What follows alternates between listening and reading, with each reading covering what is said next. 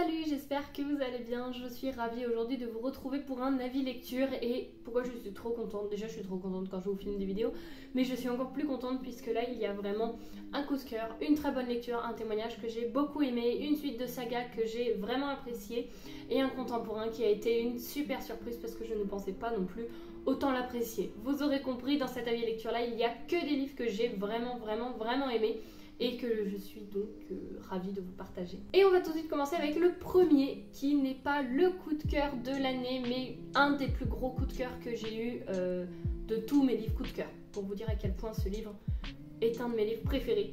Il s'agit de Sous la porte qui chuchote de T.J. Klune, publié aux éditions de Saxus. J'ai ici la version en hardback, donc en version collector. Je vous la montre, j'aime beaucoup ces reflets un petit peu bleutés, un peu bleu métallique. Je trouve ça très joli et l'arrière est assez simple. Pour le résumer, c'est tout simplement écrit: bienvenue dans notre salon de thé, la traversée de Charonne, le thé y est chaud, les scones bien frais et les morts juste de passage. Il en faut pas plus pour pouvoir se lancer dans ce livre. J'ai mis énormément de post-it comme vous pouvez le voir.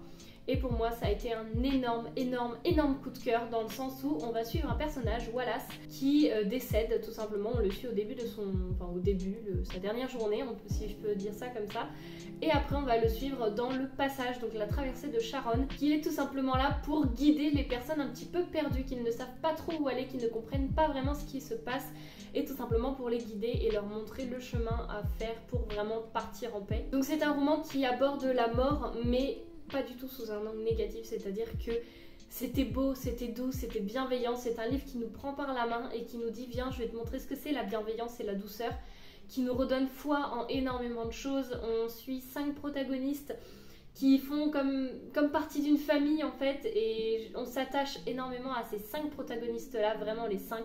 Le personnage principal, c'est un personnage au départ détestable, que personne n'apprécie, personne ne vient à son enterrement, et pour cause, on comprend un petit peu pourquoi. Donc lui au départ, il comprend pas en fait ce qu'il a fait, il est normal, et petit à petit il va travailler sur lui-même, on comprend. Alors c'est pas du tout cliché comme on pourrait l'entendre, mais moi j'ai vraiment adoré ce roman. C'était un énorme coup de cœur. Il m'a bouleversée, il m'a touchée, il m'a sensibilisée, il m'a fait pleurer, il m'a fait rire, vraiment il m'a fait passer par toutes les émotions possibles. Encore une fois, on suit plutôt le parcours d'un personnage qui vient de mourir et qui va essayer de comprendre ce qui se passe pour le mener au chemin d'après. Donc il y a un accompagnement dans cette compréhension, dans cette préparation à l'étape d'après, et non pas un livre plein de rebondissements ou autre. C'est vraiment ce que vous cherchez, plein d'actions, plein de rebondissements, ce n'est pas ce que vous trouverez dans ce livre du moins. Mais en tout cas, je trouve que l'ambiance, la plume, moi j'ai vraiment envie de découvrir d'autres écrits de cet auteur, parce que ça a été un énorme coup de cœur. Comme je vous dis, ça m'a retourné toutes les émotions. Il faut savoir que c'est aussi quand même bourré d'humour, hein. C'est pas non plus quelque chose qui aborde la mort et c'est juste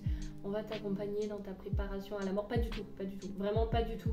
C'était bourré d'humour, c'était drôle, c'était touchant, c'était doux. Il y a plein de petits messages sur la vie et on a vraiment un sentiment d'apaisement, je trouve, qui se dégage de ce livre. Il y a une petite citation que je vais vous lire, c'est écrit: il espéra que quelle que soit sa prochaine destination, il y retrouverait le soleil, la lune et les étoiles.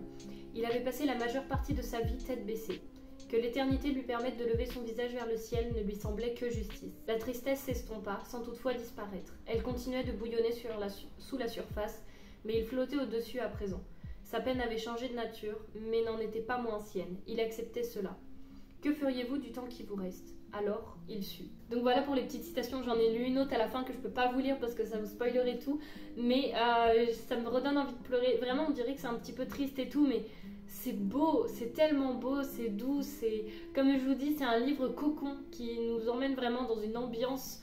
Moi j'avais envie d'y rester, j'avais envie de prolonger mon aventure dedans, et donc c'est pour ça que j'ai vraiment envie de découvrir d'autres écrits de cet auteur, et je ne vais pas plus rester sur ce livre parce que j'ai quand même 4 autres livres à vous présenter après. Mais en tout cas, celui-ci, si vous ne l'avez pas compris, lisez-le. Ensuite, j'ai pu découvrir Changer de ciel pour mieux voir les étoiles de Sandra Martino. C'est publié aux éditions XO.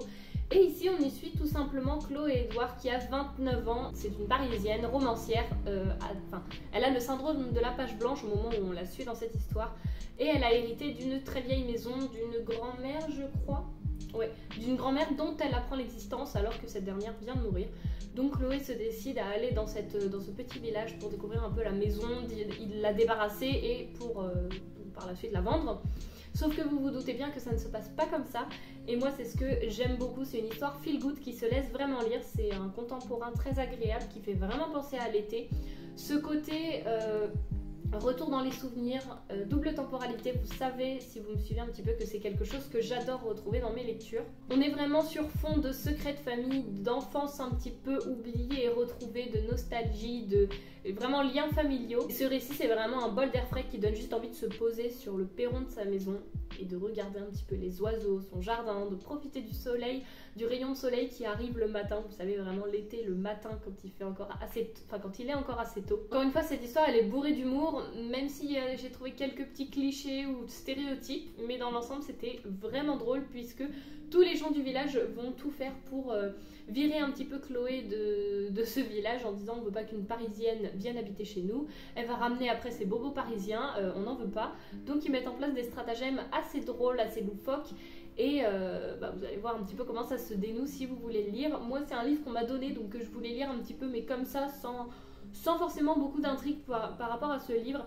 Et en fait j'ai été vraiment agréablement surprise et quand j'y repense je pense vraiment à un livre agréable à lire, pareil, qui est bourré de nostalgie, de soleil et qui fait penser à l'été et qui nous donne envie de juste sortir, aller se promener, profiter et aller dans la campagne pour ceux qui n'y sont pas. Maintenant je vais vous présenter, et là j'ai envie de pleurer d'avoir terminé cette saga pour vous dire à quel point je suis triste d'avoir quitté cette saga. C'est tout simplement 200 d'écume et de glace de Alexiane Delis. Faut savoir qu'Alexiane Delis est une de mes autrices préférées. Vraiment, c'est peut-être même mon autrice préférée. J'ai adoré tous ses livres. Je l'ai découverte avec Le Secret de Lobé, le tome 1, qui a été un énorme coup de cœur. Et j'ai acheté tous ses livres à la suite. Je sais pas, vous devez en voir quelques-uns ici, là. Et les autres sont derrière parce que, bon, pour le moment, j'ai pas encore une grande bibliothèque. Mais l'achat devrait se faire un petit peu sous peu, hein, j'espère.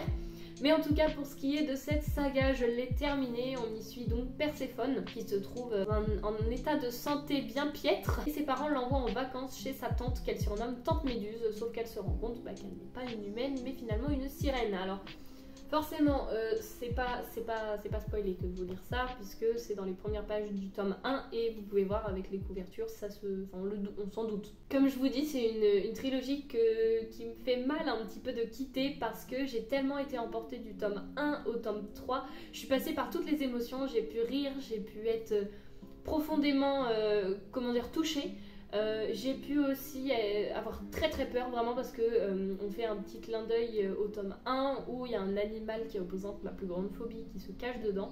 Pour ceux qui le savent, voilà, pour ceux qui ne le savent pas, au moins ça vous spoile pas pour le tome 1. Mais vraiment, et c'est un peu le plus gros monstre qui se cache, qu'il ne faut pas sortir et qui évidemment va sortir ou quelque chose comme ça, hein, je ne veux pas trop vous en dire.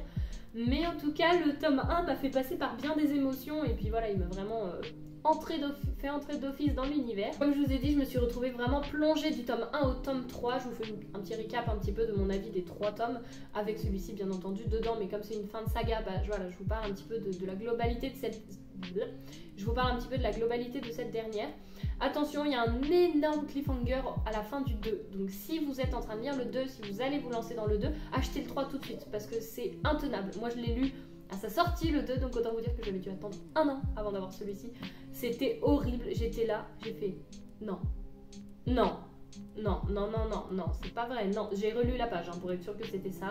C'était horrible, la fin du 2 elle était juste horrible. On a vraiment un univers sous-marin mais également sur Terre, mais dans celui sous-marin on a toute une civilisation qui est créée, qui est vraiment bien menée, vraiment bien articulée. On a vraiment une hiérarchie toute définie avec les différents clans des sirènes, des différentes races, un petit peu si je peux appeler ça, des différents endroits, des différentes zones où elles vivent en fonction de leur peau, de leur don, de leur animal qui leur est associé. On a un mélange de contes bretons et de mythologie qui nous sont dépeints finalement. Et encore une fois, moi c'est ce que vraiment je retrouve, c'est que j'ai beau avoir lu tous les livres d'Alexiane Delis, encore ce tome 3 a su me surprendre et jusqu'au remerciement. Donc vraiment si vous êtes en train de lire la saga 200 d'écume et de glace, allez lire jusqu'au remerciement parce que je vous dis ça vaut le détour. L'avant-dernier livre que je vais vous présenter, il s'agit d'un auto-édité que j'ai pu lire en version numérique. Il s'agit de La résonance des notes de Alrik Trueba, je sais pas comment est-ce qu'on prononce. Et c'est un témoignage sur comment est-ce que la musique un petit peu a aidé cet auteur à avancer et à se réparer, à se construire finalement. C'est un petit peu plus centré sur le métal quand même que d'autres genres. Un témoignage que j'ai vraiment apprécié puisque on baigne dans la musique et on a l'impression de tout le temps entendre de la musique même si on n'en entend pas, même si on n'en met pas à côté. Vraiment tout au long, j'ai eu l'impression d'être au sein de concerts, de répétitions, d'écouter des disques et tout, alors que pas du tout.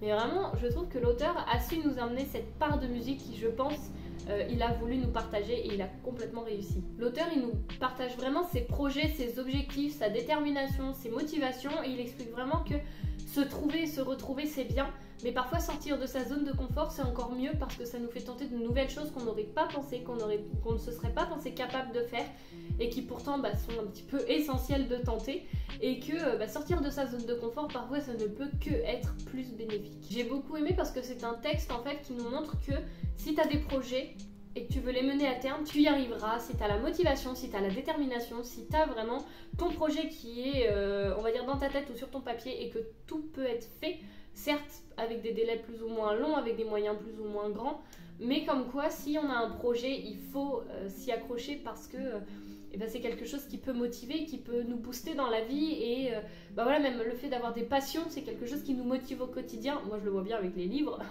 mais vous voyez en fait le fait d'avoir une passion, quelque chose qui nous motive, quelque chose qui nous fait sourire, quelque chose qui est un petit peu notre bulle de confort, c'est aussi ça le plus important parce que ça nous permet d'avoir notre petite bulle de réconfort pour après mieux rebondir et être plus sûr de soi, pour aller voir, on va dire, un petit peu l'extérieur et découvrir de nouvelles choses qu'on n'aurait pas l'habitude ou qu'on aurait un petit peu peur de base.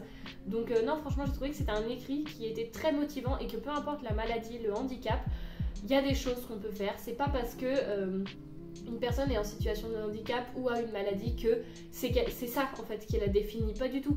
C'est vraiment, certes ça fait partie d'elle, ça peut faire partie d'elle, soit sur une durée indéterminée, soit sur une petite durée, que ce soit par exemple pour une maladie ou autre, mais ça ne l'empêche pas finalement d'être une personne comme une autre avec des ambitions, des rêves, des projets, des choses qu'elle a envie de faire et que pourquoi est-ce que elle ne pourrait pas et les autres oui ou inversement, enfin vous voyez ce que je veux dire. Pour moi, c'est vraiment un témoignage que j'ai trouvé très motivant et très boostant et je trouve que ça fait du bien parce que ça m'a remis un petit peu un coup de patate à un moment en plus où j'en avais besoin. Donc encore une fois, un grand merci à l'auteur de m'avoir confié son écrit, de m'avoir fait confiance pour le lire et vous le partager ensuite à mon tour. Et je vais terminer avec une suite de sagas, donc un manga. Il s'agit de Lonely World, le tome 4 de Iwatobi Neko, publié aux éditions Clown dans la catégorie Seinen. Ici, on se situe tout simplement dans un monde post-apocalyptique avec des golems qui... en fait, on y suit Shi, une petite fille qui se réveille un matin et qui ne se souvient de rien. C'est la seule humaine, elle ne se souvient vraiment absolument de rien. Et il y a un golem, Blurb je crois il s'appelle, un bulbe, on y était presque, mais qui va la prendre un petit peu sous son aile et elle ne comprend pas pourquoi. Et en fait j'ai trouvé que ce tome 4, il y avait beaucoup moins d'action, mais justement on comprend beaucoup plus de choses en profondeur sur le vécu des personnages, sur les personnages en eux-mêmes, sur l'histoire un petit peu de cet univers, sur le contexte surtout. Voilà, même s'il y a moins d'action dans ce tome-là, je l'ai trouvé vraiment intéressant et on a vraiment une tension un petit peu qui s'installe, une division aussi des personnages. Enfin, là on voit vraiment, en dehors de l'action, plus les choses en profondeur qui se stabilisent ou même qui se fissurent mais qui se mettent vraiment en place et c'est pour ça que j'ai pas grand chose de plus à vous en dire parce que c'est une suite de saga, mais c'est une suite de saga que j'apprécie toujours autant et j'ai les 3 premiers tomes, pas du tout, ça c'est pas le bon, j'ai les 3 premiers tomes avec moi et je vous remontre rapidement, mais j'adore à chaque fois les couvertures, je les trouve, je sais pas, elles ont, surtout celle-ci, c'est une de mes préférées je crois, elles ont vraiment quelque chose qui me touche, enfin qui m'intrigue, voilà, je sais pas, je me demandais pas.